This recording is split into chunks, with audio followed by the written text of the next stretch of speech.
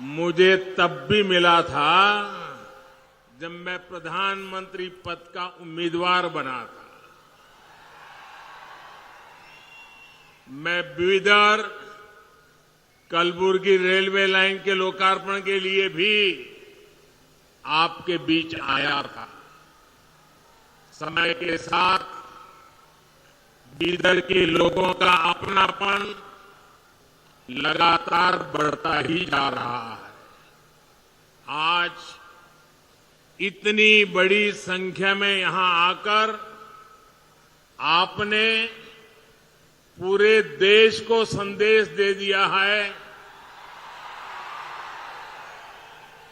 ई बारिया निर्धारा बहुमतदा BJP सरकार। कर्नाटका का ये चुनाव केवल 5 वर्ष के लिए सरकार बनाने मात्र का चुनाव नहीं है। ये कर्नाटका को देश में नंबर 1 राज्य बनाने का चुनाव है। ये विकसित भारत के लिए कर्नाटका की बड़ी भूमिका तय करने वाला चुनाव है। और भारत विकसित तभी होगा जब कर्नाटका का कोना कोना विकसित होगा। विकसित कर्नाटका यानी कर्नाटका के हर अंचल का संतुलित विकास। विकसित कर्नाटका यानी राज्य में विकास के ढेर सारे ग्रोथ सेंटर्स। कर्नाटका की जनता अब अपने इस सपने से पीछे नहीं हटना चाहती। मैं जानता हूं आप सब एक ऐसा कर्नाटका चाहते हैं जहां हाईवे और एक्सप्रेसवे का विस्तार होता रहे। आप एक ऐसा कर्नाटका चाहते हैं जहां मेट्रो की सुविधा और ज्यादा जिलों तक हो। आप एक ऐसा कर्नाटका चाहते हैं जहां अधिक संख्या में वंदे भारत जैसी आधुनिक ट्रेनें चले। आप एक ऐसा कर्नाटका चाहते हैं जहां हर खेत में सिंचाई की आधुनिक सुविधाएं हो। पिछले 5 वर्षों में सामान्य मानवी ने कर्नाटका में विकास की जो रफ्तार देखी है, उसके बाद वो रुकना नहीं चाहते और आपके इस सपने को पूरा करने का बीड़ा बीजेपी ने उठाया है। साथियों, कर्नाटका को देश का नंबर 1 राज्य बनाने के लिए यहां डबल इंजन सरकार का बने रहना बहुत जरूरी है। जब केंद्र की बीजेपी सरकार और राज्य की बीजेपी सरकार की डबल शक्ति लगेगी तो कर्नाटका को नंबर 1 बनने से कोई नहीं रोक पाएगा। डबल इंजन सरकार से जो फायदा होता है उसका एक उदाहरण कर्नाटका में आया विदेशी निवेश है। भाजपा सरकार की वजह से देश में विदेशी निवेश में रिकॉर्ड बढ़ोतरी हुई है। इसकी वजह से कर्नाटका में भी रिकॉर्ड विदेशी निवेश आया है। कांग्रेस की सरकार में हर साल 30,000 करोड़ रुपए के आसपास विदेशी निवेश कर्नाटका में आता था। बीजेपी की सरकार में अब हर साल करीब 90,000 करोड़ रुपए का विदेशी निवेश कर्नाटका में आ रहा है। ये कांग्रेस सरकार के मुकाबले 3 गुना से भी ज्यादा है। और आपको ध्यान रखना है, ये उपलब्धि किस समय हुई? इतना बड़ा महामारी का संकट था, युद्ध चल रहे थे, उसके बावजूद भी ये हासिल किया है। साथियों, डबल इंजन का सरकार का मतलब होता है डबल बेनिफिट, डबल स्पीड। जब कर्नाटका में डबल इंजन सरकार नहीं थी तो छोटे छोटे प्रोजेक्ट्स को पूरा करने में सालों लग जाते थे।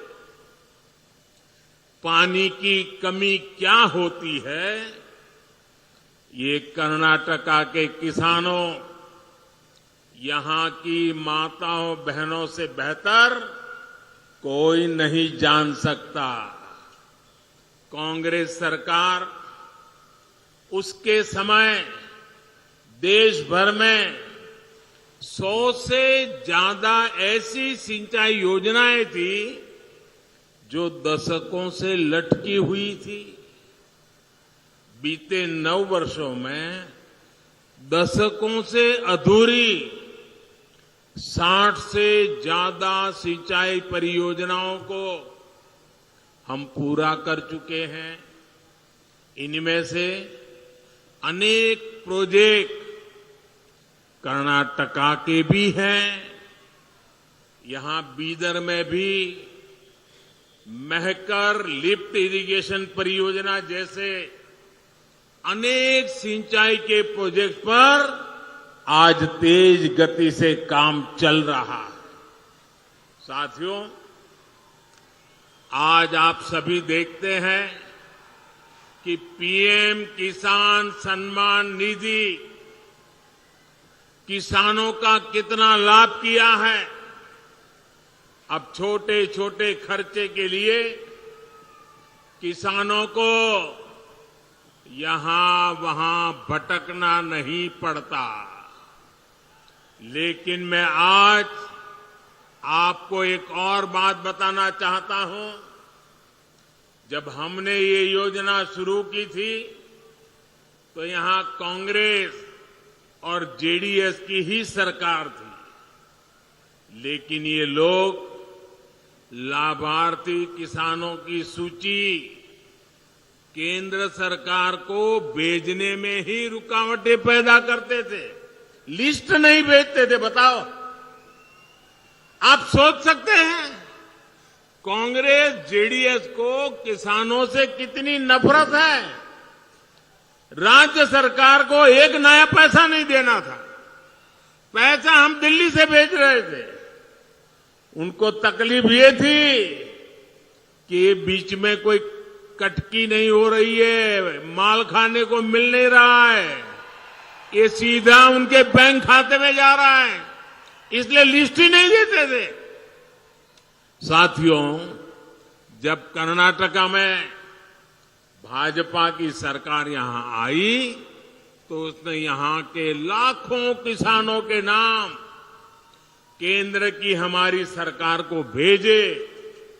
आज उसी वजह से यहां के लाखों किसानों को पीएम किसान सम्मान निधि के पैसे मिल रहे हैं।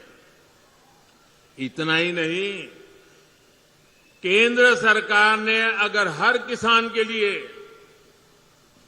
6,000 रुपया भेजे तो यहां की भाजपा सरकार ने उसमें 4,000 रुपया और जोड़ दिए, यानी किसानों को और ज्यादा मदद। मुझे खुशी है कि पीएम किसान सम्मान निधि का लाभ कर्नाटका के लगभग 60 लाख किसानों को मिला है। उन्हें केंद्र और राज्य सरकार से मिलाकर 18,000 करोड़ रुपए मिले हैं, जिसमें से लगभग 400 करोड़ रुपए तो यहां बीदर के किसानों को दिए गए हैं। आप जरा याद कीजिए कि कैसे कांग्रेस की सरकार भोले भाले किसानों को हर चुनाव के पहले कर्ज माफी के नाम पर धोखा देती थी। चुनाव से ठीक पहले वो किसानों के कर्ज माफी का ड्रामा करने लग जाते थे और कर्ज माफी धरती पर कभी उतरती नहीं थी। ये इन्होंने छत्तीसगढ़ में वादा किया, राजस्थान में वादा किया, अभी तक किसानों के खाते में कुछ गया नहीं है। और जो जाता था वो भी उनकी पार्टी से जुड़े हुए कुछ ही किसानों को जाता था। ऐसे किसान जिनका बैंक में खाता हो, जिन्होंने बैंक से लोन लिया हो, उन्हीं के नसीब में ये कुछ दाना पानी डाल देते थे। जबकि सच्चाई ये थी कि जिन करोड़ों छोटे किसानों को सबसे ज्यादा मदद की जरूरत थी, उनको तो न कभी बैंक में खाता था, न बैंक ने कभी वो 1 रुपये का उनको लोन दिया था। वो तो बेचारे बाहर से, बाजार में से, साहूकार के पास से महंगे ब्याज से कर्ज उठाते थे और कर्ज माफी का फायदा उनको तो कभी नसीब ही नहीं होता था। कांग्रेस का असली यही चेहरा है। साथियों, इस क्षेत्र में गन्ना भी बहुत होता है। कांग्रेस ने गन्ना किसानों को भी अपने हाल पर छोड़ दिया था। हम गन्ना किसानों की समस्याओं को भी प्राथमिकता पर दूर कर रहे हैं।